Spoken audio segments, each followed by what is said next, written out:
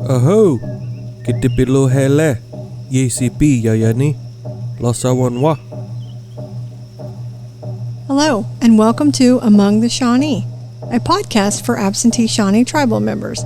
I'm your host, Mindy Longhorn, Media Director for the Absentee Shawnee Tribe.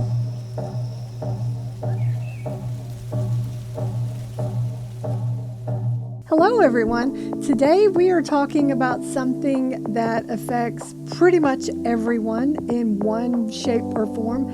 We're talking about Alzheimer's or dementia, and we've got two of our experts here, Atheda Fletcher, our Grant Director for Dementia Services with the Absentee Shawnee Tribal Health Services. Is that right? That's correct. Okay. And Dr. Francisco, also with Absentee Shawnee Tribal Health Services. Yes, ma'am. Welcome to the show, guys.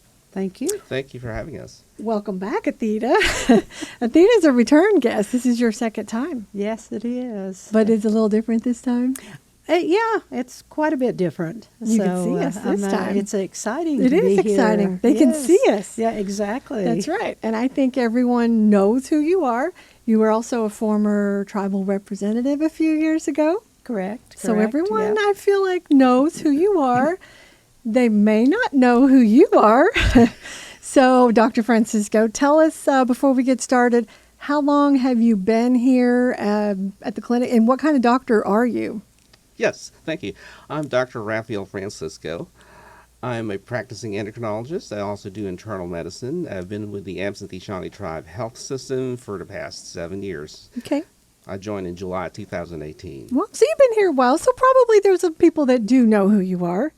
But just in case they don't, now we can put a face with the name. Something I learned that you are let's see if I get this right, a Jerry Scholar by the Indian Health Service. What is that? I've never heard of a Jerry Scholar before. What does that mean, and how did you come to be a Jerry Scholar? That's a good question. Way back in 2022. Way back? That's only 3 years ago. I got an email that was forwarded by our medical director, Dr. Lofgren, and it had an application to be a Jerry Scholar, and we would be the first batch of Jerry Scholars, geriatric scholars, that would be sponsored by the Indian Health Service through a grant from the VA, because the VA already had their own Jerry Scholars. And one of the criteria was you would have to go through a 1 week of training. It could be in person or virtual on all the geriatric topics that would be relevant to pass the geriatric boards. And you'd also have to participate and create your own project that would help improve the care of the geriatric patients in the community that you serve. And then after that, you would have to demonstrate some kind of practical activity or participate in any practicum that would either be prescribed by your trainers or that you would just choose on your own. And also participate in future activities, including mentoring future geriatric scholars. Wow, that's pretty impressive. So I was doing some Googling because I didn't know what a Jerry Scholar was. And I found out it's pretty competitive to be a Jerry Scholar. Yes. So it's a really big deal that we've got one here at our clinic. Oh, absolutely. It's just marvelous that we Yes. have Dr. Francisco, and also we have Dr. Johnson as well, who's a Jerry Scholar. So we have have two. two. Wow. Which is amazing for one health system. Wow. Okay. Because from what I was looking online, there's only like 20 per year. Correct. And we were the first batch in 2022. And Wow. within 2 years after that, we have another geriatric scholar. So that's Dr. not Johnny only Johnson. one, but two. Correct. Yes. Wow. Yes. And when you think about how competitive it is, and we have two here. So I think that's a really big Absolutely. accomplishment to have here, especially since we've got these grants that we're going to talk about in a minute. But I wanted to ask you, as a Jerry Scholar, what do you do at the clinics, I guess, for the people that have Alzheimer's and dementia, since you are a Jerry Scholar? Yes, part of the requirements for passing the Jerry Scholar training program was to create your own project. And we went through a lot of brainstorming with our trainers and our liaison officers, and I chose the topic of how to improve screening for our geriatric population in the AST health system. That sounds like a very good thing that's Yes. needed. I was pretty sure that there was some screening going on, but it wasn't organized. There was no spot in the electronic medical record where you could document that consistently. And there were many ways to screen, and every provider had his own way of doing the screening. So to standardize that, my main project was to create a template that we could use and put it in ECW, which is our electronic health records. So I had to coordinate with our ECW staff, our nursing staff, and then all the other staff that will be doing these screening. The screening tool that we chose is a mini-cog test. Okay, what is that? Okay, good question. You said you're getting ready to say it's very simple. Well, I've never heard of it. What is it? A mini-cog test is actually one of the most validated, simple, quick screening tools to detect dementia. Not just Alzheimer's disease, but basically dementia. But Okay. since Alzheimer's disease constitutes about 60 to 70% of all dementia cases in the world, then most of it will be caught by the dementia screening tool. And it's a simple tool. And I think it's best to show everyone how the tool You want to do this. is. And I brought this piece of paper, Oh, which goodness. is 2 sides. This is the first side. Okay. And then as you can see, the second side. I feel like I'm back in school here. Okay, so So I'm going to get screened. if you don't mind, I mean, I will why not, show right? first to the audience Okay. with how the Is that screening the is answers? Can I look? done. Now, the screening is designed not to be a trick question. Okay. It is designed to try to make the patient perform the best way. So we want everyone to pass. Well, I hope I pass. Right. It is a screen for Alzheimer's. So first we make the patient settle down. Okay. I don't have to like give my room. birthday or anything like that here. Give that away. Okay. No distractions. Okay. And tell them to turn off their cell phones. We've done all that. Any So family right. members Okay. who are there are encouraged. If you want to stay, stay. But if you want to leave because you might be a distraction, then the patient can ask you to leave. We've got cameras. They don't know this. We have 3 cameras in our face. So if I flunk, can I say we have a distraction? Oh, yeah. We've got lights and cameras. Just call it a mulligan. Yeah. Okay. So all right. But no, we're good. Okay. So the first step is to tell the patient what's going to happen. Okay. The exact words are, please listen carefully. I am going to say 3 words that I want you to repeat back to me now, and then try to remember them because I'm going to ask you later what those 3 Okay. words are. And I can't write them down or anything. No. You Okay. can't. I got you. But there are 6 suggested sets here. But of course, you can make any kind of set of 3 words that you want, depending on the patient's cultural background or educational background. I'll give you a sample. Version 1 has the words banana, Okay. sunrise, and chair. And then I'm going to ask the patient, for example, you, to repeat the words right back. Right now? Yes. Oh, banana, sunrise, chair. Okay, good. Okay. Now, the second step will be the clock drawing test, which is an independent test by Okay. itself. Okay. I'm going to ask the patient to draw on a blank Can I make? I can't draw. a clock face. Okay. So it is a blank circle, but the task of the patient is to draw the numbers in the right positions, approximately right positions. Okay. And then, when that's completed, now I'm going to ask the patient to draw the hands to represent 10 past 11. Okay. So the patient's going to draw Okay. 10 past 11. But first draw the numbers on the clock No, I'm not face. going to get graded on my artistic skills or lack of. No. Okay. And one thing is, the clock hands do not have to be correct in length. Oh, As okay. long as the direction of the clock hands is in the right position. Oh, this is already backward. All right. There's this. Okay. I've got a clock here. Correct. And then draw the hands to represent 10 past 11. Okay. I'm not very good at drawing, which you will see.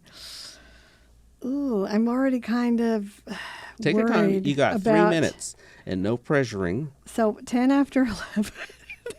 Okay. Okay. Very good. And then maybe I could make a little arrow here. Like, Okay. So I'm going to take the paper and just to show the audience what Mindy has drawn. It's good. Mindy is It's no good. artist, but No, this, I'm not. But this Don't passes. quit your day job, right? Okay. Then the third step is, thank you very much. Can you recall the 3 words I told you a while ago? Banana sunrise chair. Very good. Okay. So now we're going to score the test. For Oh, every you know what? Wait a minute. It's 11, 10, my little arrow. Hold on. Okay. My drawing arrows. Yes, that's perfectly Okay. fine because Anyway. this is not a trick question quiz. We encourage the administering person for the quiz to encourage the patient is to bugging me. answer as correctly as possible. But the score is no coaching. Okay, my So- arrows are. So Okay. to score the quiz, the maximum score is 5. You Okay. got to hit 3 and above to be considered a negative screen for dementia, meaning you pass. Some people say 4 and above is a passing score, but for most people around the world, it's 3 and above. So you got all 3 words correct: Okay. banana, sunrise, and chair. So you got 3 points for the word recall. Okay, well, that's good. So And we're. then the clock draw my has arrows are messed up. okay, has all the numbers in the right My orientation. Arrows are And- messed up. But the hands are all in the right position Mm-hmm. anyway. But yes, so my drawing is not. It may not be the perfect drawing, but it passes. Okay. That's the So most important thing, right? When you score the clock drawing, it's Mm-hmm. a 0 or a 2. If it ain't perfect, it's a 0. Okay. If it's meets all the requirements, it's a 2. Mm-hmm. So you get 2 points. So the score is 5. You get a perfect score. The screen is negative. Mm-hmm. Then we move on to other medical issues. Okay, so I don't have any I mean, I can't draw. We know that. But mentally, Very good. okay, So look, we finished it all Yeah, in less than yeah. 3 minutes. okay, and I passed. So anyone can do this. A family Mm-hmm. member. You don't even have to be a medical professional to administer a mini-cog And you test. don't have to draw. You don't have to have any skills. In fact, when we visit our participants of our 2 interventions, we administer the mini-cog. Oh, And okay. then once we've administered the mini-cogs, then we forward that information to their primary care physician. And that just kind of keeps them, information up to date within their medical records. So Okay. we And kinda- it does seem, you said simple, banana, sunrise chair. To me, I can remember that all day long. But I guess if you really are suffering from, you wouldn't remember that, less than 5 minutes later? Not even 5? Correct. And there are people that Yes. can't remember that. Or they could only remember 1 or 2. So to encourage them to remember, we really tell them you need to focus on what I'm saying. We try Mm-hmm. to remember, and if I have to point to, let's say, chair, I have to point to a chair just to help them recall the word, I'll do that because Mm-hmm. our goal is really to try to elicit the best performance, Right. not to trap them into a trick question. Right. I mean, that was easy, except for the drawing. But yes, I mean, that seems like a simple test. And you've developed that now, basically. I mean, that's the standard here at the clinic. You Well, administer this, This though. test was Right. developed by a group of individuals back in the 1900s. And you administer that now. Correct. That's part And of what we have It here. is now incorporated in the chart, and this Mm-hmm. paper, both sides will be scanned into the chart as your raw data, and the Right. score will be incorporated in a searchable portion of the chart. So if someone, I mean, you wouldn't do that just to everyone that walks in, but if they were having, or maybe their family member thought they were having some issues, you would do this. Correct. Our rule right now is for all those considered elder in the tribe, which is 55 and above. Right. So everyone who comes in, whether they look normal, they look well performing, they're Right. gainfully employed, we still do the screen. As a baseline, it is a way of also catching those that we may not know. Right, because as we know, it doesn't matter, Alzheimer, dementia, none of that doesn't matter what race, color. We've all talked about that. There's Right. anyone can get it, and that's the sad Right. thing. And there is early onset. Right. There's also which is in that. the 50s, right? Oh, Probably it could be even younger than that. That's Yes. scary. That is scary. Because used to you think of as an older person's No. disease, and now it's not. No. Yes. That's scary. Really. There are many causes of dementia, even in the younger population.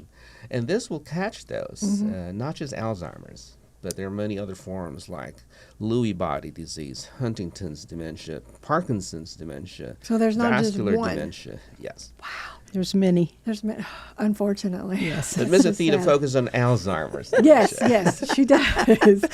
So, I mean, and that's good to know that that's there. And if somebody's thinking, okay, maybe it might not be. Now, how do you, I know we forget where we parked, we lose our car keys. How do you know if it's just forgetful or, there's things like fibro fog, they call it, I think, brain fog, menopause fog. How do you know the difference between that and something like this? That's a good question. Okay, Very good question. A lot of times, the diagnosis of dementia does not just depend on one test. In fact, it should not just depend on one test. It should be based on a constellation of observations, findings, sometimes even blood tests, or a good medical history. So we first ask the patient, did you notice any problems lately? That you never had these problems before?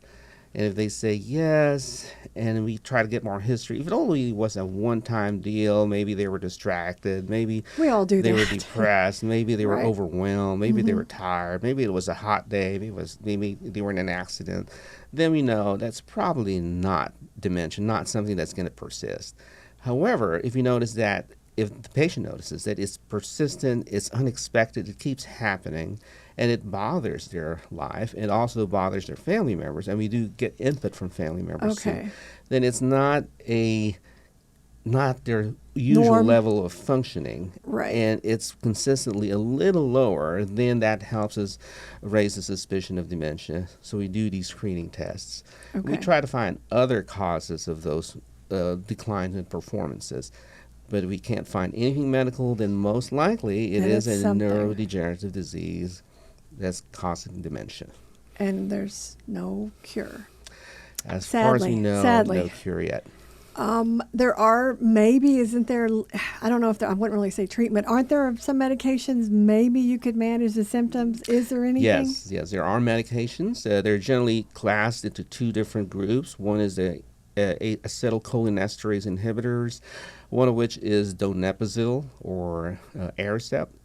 And there are many other smaller, less common brands like Reminil or galantamine, and then less prescribed drugs. Right. But the number one is donepezil because of its increased efficacy. And then the other group is called the NMDA receptor agonists, which only has one drug called Namenda, or memantine is the generic. Okay. And we can use these in combination. And they simply prevent the rapid progression of the dementia. They do not reverse the dementia. Can't stop They do it. not cure the underlying illness. They just slow down the symptoms. And Okay. I've seen good So effects of it these can medications. work, but not something like where chemo for cancer you can't get remission out You of this can't or get anything. rid of it. You can't cure it, but you can Sadly. treat it. You can prevent worsening of it. That's it. As far as we know for Right. now. But Maybe future- one day, you never Correct. know. I mean, hopefully, Yes. maybe one day we'll come back and we'll be talking Yes. about a new treatment. Hopefully, one day they'll have a cure. And we'll go back to diagnosis. Mm-hmm. We have these tools, we have observations, we have lab tests, but now there has been an FDA-approved test, a blood test, Really? that can accurately or pinpoint that Alzheimer's disease is the most likely cause of the dementia. It's a lab test that measures the presence of certain proteins, the tau protein and the amyloid protein, and figures out the ratio. And if the ratio is high, then most likely the cause of the dementia is Alzheimer's disease.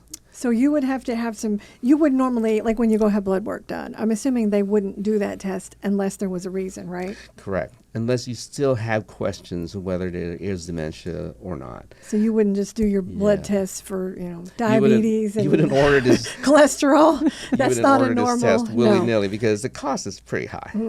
Of course, right? Compare that to a cheap test like Yeah, this. probably. So there would have to be some reasoning. You would Yes. have to have symptoms and Right. kind of to look for that, not, like Yeah, your normal. when those symptoms affect your day-to-day activities, that's whenever you can. you would have become, to escalate it up to that and Absolutely. do that blood test. So what about like if you were thinking, I know there's some blood tests, like the BRCA, is that right? For the breast cancer, you can see, are we not there yet for that?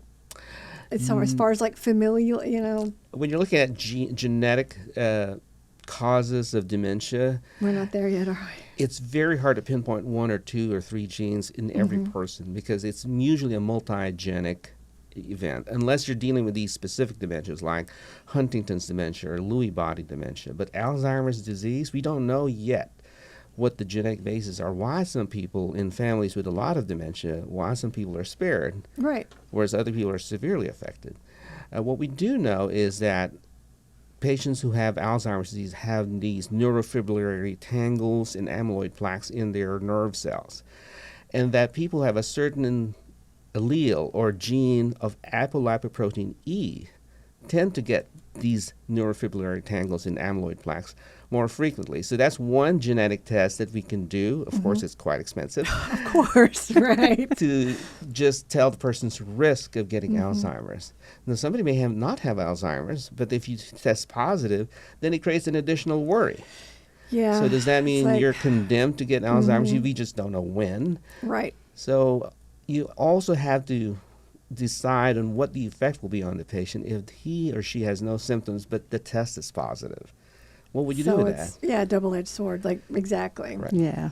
So again, we just don't Unfortunately. do these genetic tests or lab tests willy-nilly. You always Right. have to weigh the effects. And of course, they're very, very expensive. I mean, as everything is. But and hopefully one day that there will be a cure. Yes, Hopefully one day. I mean, but they are making strides. It seems like slowly. And I know you've got some things that you do.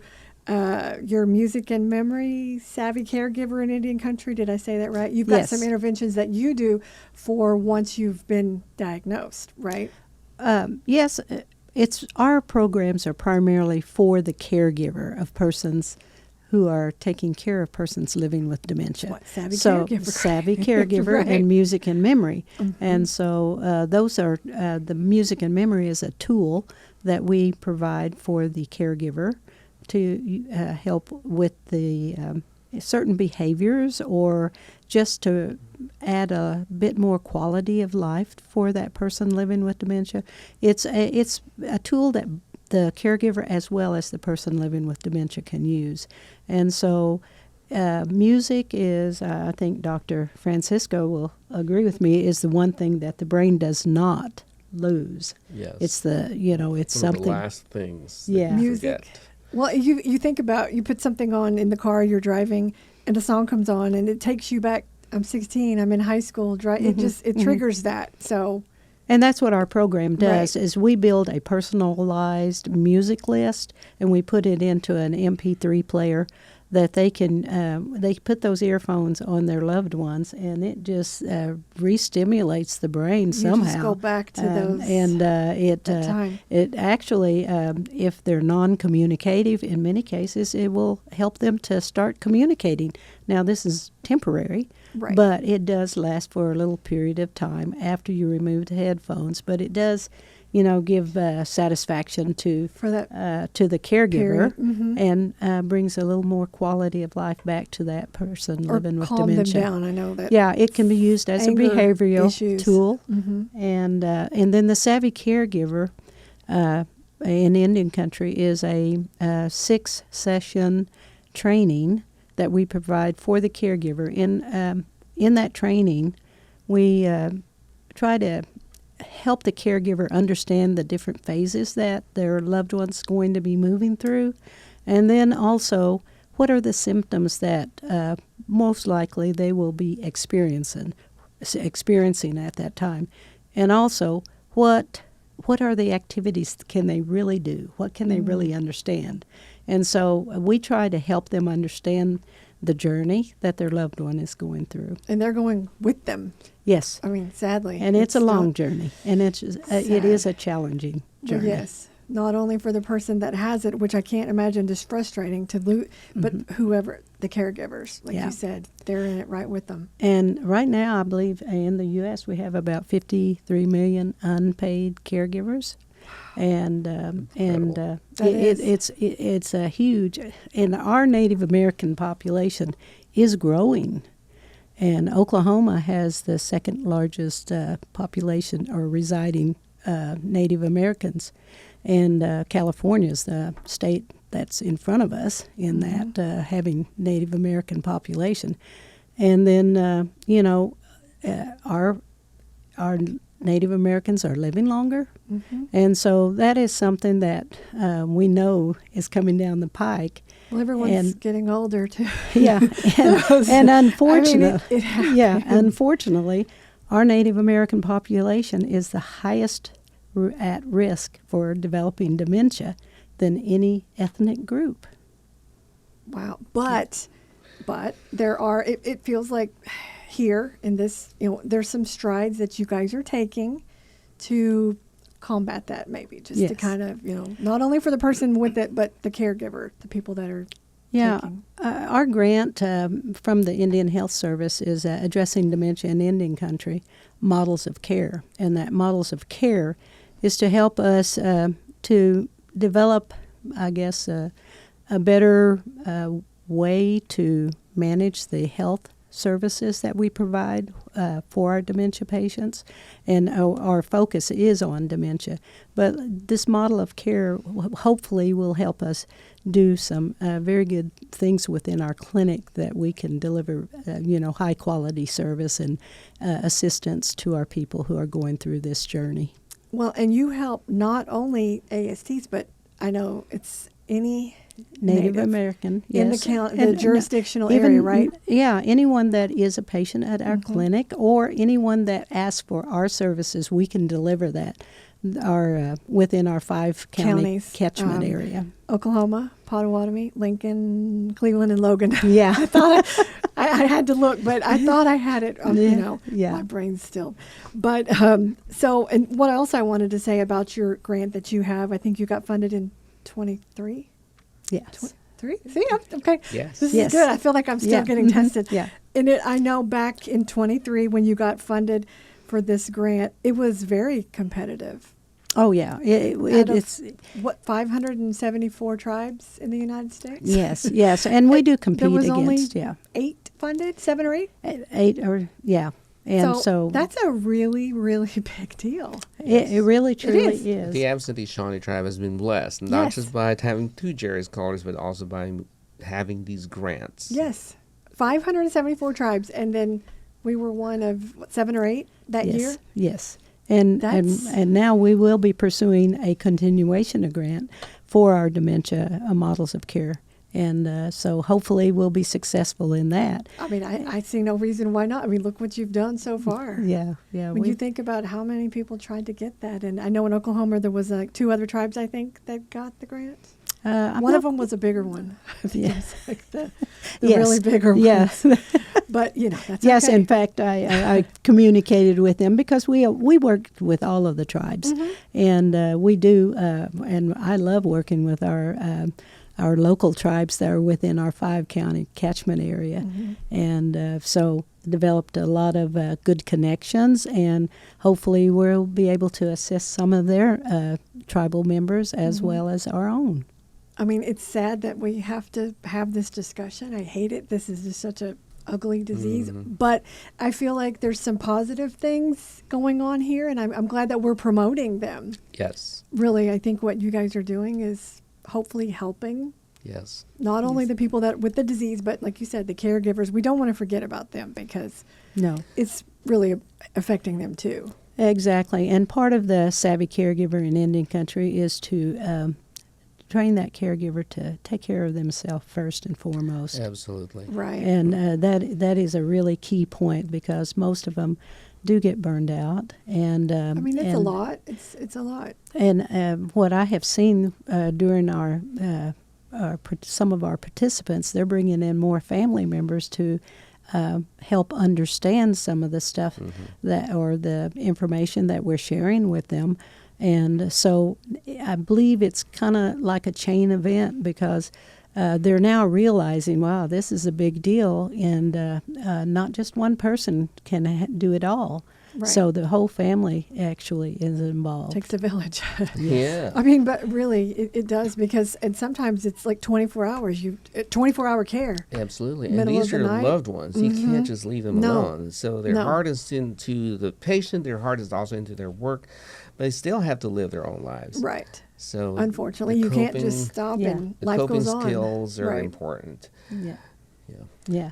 But you guys are making some strides. I feel like maybe taking a burden off of that and, helping people navigate this ugly Yeah. disease that Yeah. just... Correct.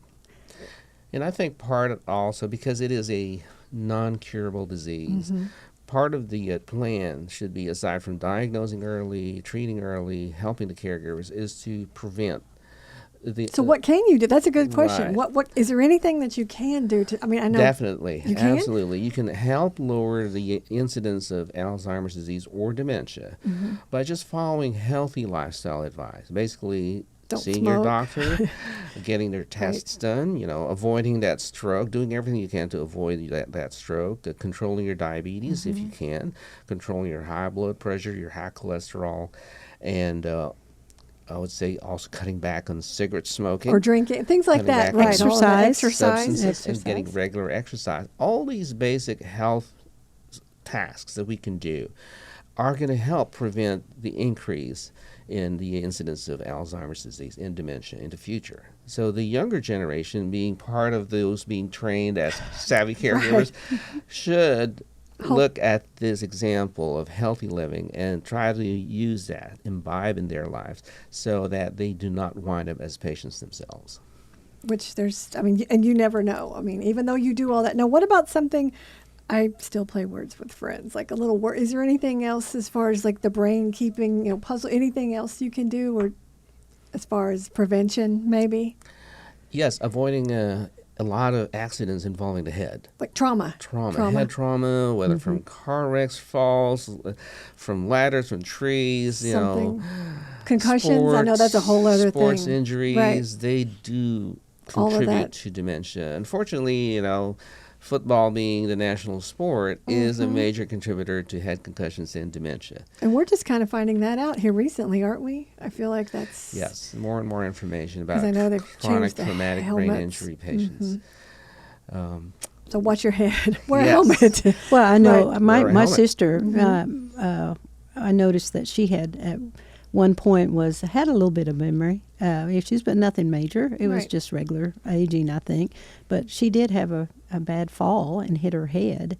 Before And- this? and right after that head injury, she didn't even remember she was in the hospital. And after that, her dementia came on very strong because she is, older than me, and so that added, I guess, injury to her head created the dementia. Or It's really picked. I mean, it's really sad. So what you think it was like a contributing factor, Contributing or maybe? factor. Oh yeah. Oh. Oh, and I mean it was unfortunate because she was very lively, active, and everything, and then she That suffered that, happened. and so now she has dementia, severe dementia. So if she hadn't had that trauma, it may have Who been a knows? slow progression. Correct. Right. slower, we don't know. slower progressive. Yeah. I mean, it was still there, Yes. but the head trauma. And just remember, the younger the patient is, the more prone he is to severe injuries, even though nothing is visible. Right. There may not have been a fracture, no bleeding, no injury, and the child just got up and walked away. But that fall, that head injury, may contribute later to dementia. So the least number of head injuries in Right. children is always better. So start young, wear the helmets. Live a healthy lifestyle. Right. And a safe, Right. safe lifestyle. But still having fun. But yes, Yes. we've got to be safe and Yes. healthy, which I know doctors always tell you that, right? So, okay, before we close today, is there anything else that you guys wanted to say? Anything we didn't cover? I mean, I feel like we talked about a lot. Anything? As I mentioned, I think the tribe, the Atheda Shawnee tribe, and the Atheda Shawnee health system has been blessed with all the resources right here. I agree. And the staff have been very phenomenal in helping promote increased screening and early referrals. So I think we should continue this effort because we want to develop a bigger plan for the future. We always want to be better. And this is a always. good first step. But everything starts with baby steps. And in the future, we may have a more comprehensive plan to treat our dementia patients and to prevent dementia. Yep. Anything else that you wanted to add? Mine is just stay in touch with your primary care physician. Mm-hmm. Early diagnosis is a huge benefit. And the sooner you can get diagnosed, or if you have a concern, to either confirm that you have dementia or rule out that it might be Right. due to some other reason. So, and stay in touch with your primary care physician. And Do your blood work and all stay on all that top of stuff it. Yeah, that we don't wanna do. and work on. It's never too late to build a healthy lifestyle.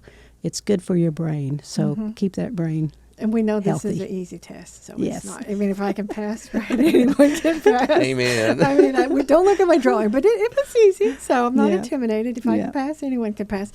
Something that you hit on, and I kind of think this is good to end on, that Native Americans, sadly, are more likely to develop Alzheimer's or dementia than any other race. I know you said that. Yes. One of the other caveats to that is with that, they're actually less likely to have access to healthcare services. And I think you guys pretty much blew that fact out of the water, because look at what we're doing right here Yeah. in small town Oklahoma. Yeah. And you took that statistic and said, nope. Yep. In our facility, we have a beautiful facility, and we're Yes. going to have another Yes, beautiful that's facility right. soon Looking in forward to that. Shawnee. Yes. And I laugh at an old Norman transcript quote many years ago, whenever they were building the Little X Clinic. They said, they are building this clinic I know what in you're the gonna woods say. Yes. off of Highway Highway 9. That's right off Highway 9, right here, Lake Thunderbird area. There's just this jewel of this clinic right Yes, here. Absolutely. They're doing amazing things. And you continue to every day. I think you guys are doing phenomenal work, right. all of you. And if anyone wants more information, it's asthealth.org. Yes. It's asthealth.org. It's under Seeking Help. AST Health Health. System, HS.org. Okay, I went to asthealth.org today. Oh, okay, that's well, good. it's actually on the That's tribal good. website. That's good. ASTribe.com. They Yeah, can that'll look work. for your program, Seeking Hope. All of your information is on there. Absolutely. Everything about your grant. Everything about the grant, and also if you are interested in participating or getting information, just fill out. There's a form that you can click on, a little link there, and You'll get in touch with them. yeah, and they can fill out the form, and then we'll reach back out to them to schedule a time to visit with them. And Dr. Francisco was at the Shawnee Clinic, 405-878-5850.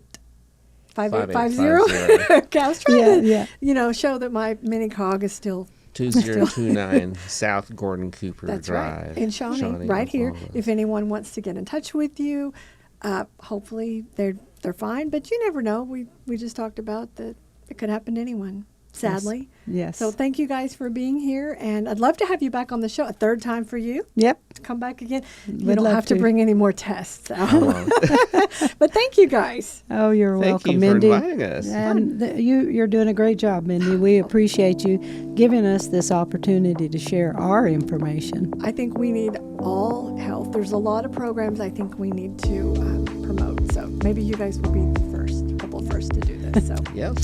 thank you guys. Thank you. Thank you. Thank you for listening. I'm Mindy Longhorn. We hope you join us next time as we talk among the Shawnee. Nyawe, yesi hakueta wiani. Salanoki kenolepwa.